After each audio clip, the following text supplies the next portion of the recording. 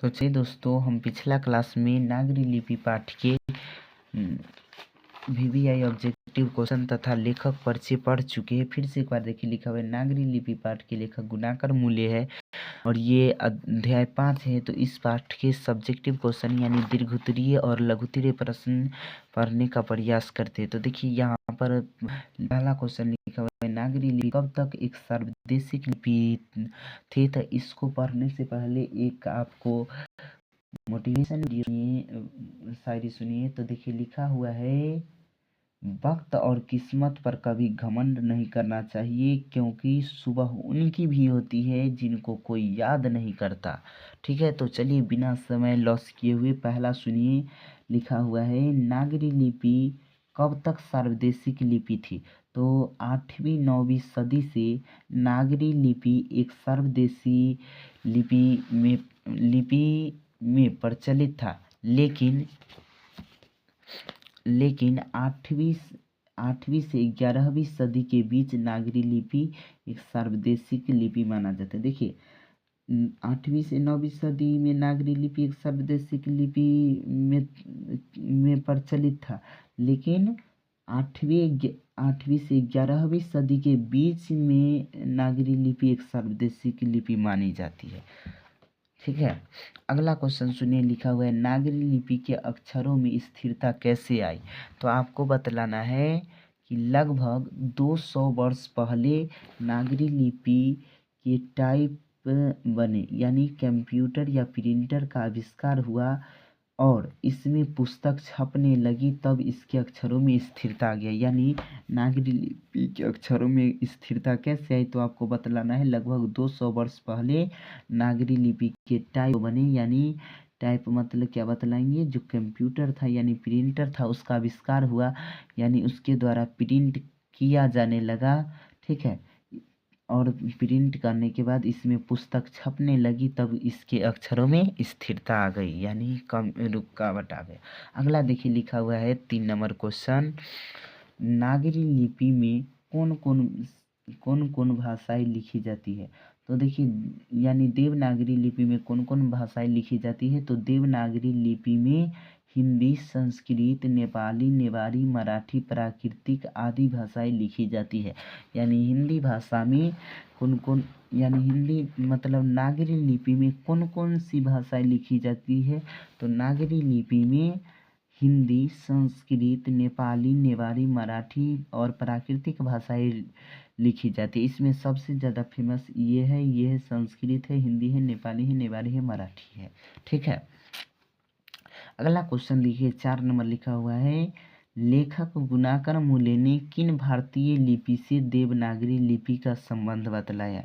तो देखिए लिखा हुआ है, लेखक ने संस्कृत, प्राकृतिक, गुजराती, बंगाली तथा ब्राह्मणी लिपि से नागरी लिपि का संबंध बतलाया है। ठीक है, अब अगला 5 नंबर क्वेश्चन देखिए, ये थोड़ा सा लॉन्ग है यानी बड़ा सा है।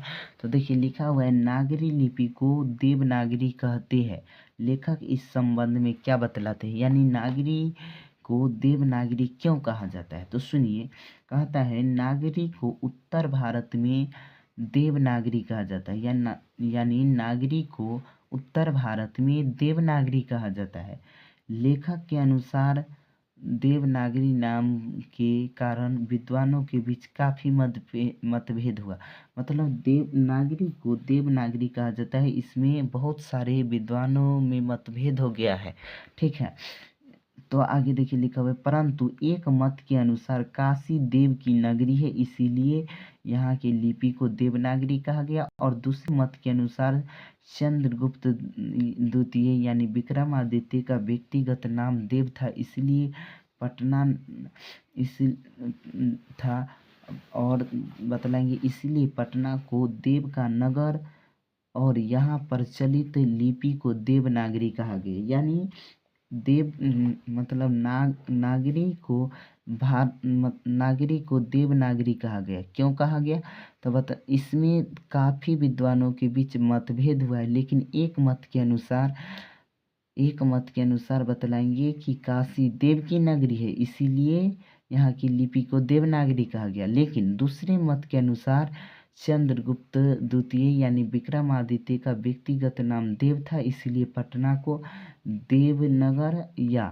देवनगर और यहाँ प्रचलित लिपि को देवनागरी कहा गया। देखिए तबीयत खराब है जिसके कारण सही से बोलने में थोड़ा सा प्रॉब्लम आ जाता है, तो इसके लिए आशा करते हैं आप दिक्कत नहीं मानेंगे। ठीक है, अगला क्वेश्चन देखिए लिखा हुआ है 6 नंबर, गुज्जर प्रतिहार कौन थे?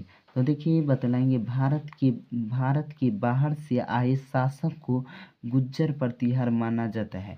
आपसे क्वेश्चन पूछा जाएगा कि बतलाइए गुज्जर प्रतिहार कौन थे, तो आपको बतलाना है भारत के बाहर से आए, भारत से मतलब बतलाएंगे भारत के बाहर से आए शासक को गुज्जर प्रतिहार माना जाता है। तो एक और क्वेश्चन बचा हुआ है 7 नंबर, उसको देखिए लिखा हुआ है यहाँ पे, देखिए चला गया, देखिए लिखा हुआ है उत्तर भारत में किन शासकों के प्रसिद्ध नागरी लेख प्राप्त होते हैं, लिखे। यहाँ लिखा हुआ है उत्तर भारत में किन शासकों के प्राचीन नागरी लेख प्राप्त होते हैं। देखिए रात के वक्त ये वीडियो बना रहे, इतना तकलीफ हो रहा है से कुछ कह के ना, और सर्दी होने के कारण सही से बोल नहीं पा रहे हैं। ठीक है, तो थोड़ा दिक्कत के लिए माफ़ी चाहते हैं। तो चलिए देखिए लिखा हुआ है नागरी मतलब उत्तर भारत में, यानी लिखा हुआ है उत्तर भारत में किन शासकों के प्राचीन नागरी लेख प्राप्त होते हैं, लिखे। तो बतलाएंगे उत्तर भारत में मेवाड़ के गोहिल, संभार अजमेर के चौहान, कन्नौज के गोहरवाल, काठियावाड़ा गुजरात के सोलंकी, आबू के परमार, जेजाक भिक्ती के चंदेल तथा त्रिपुरा के कलचुरी शासकों के लेख नागरी लिपि में है।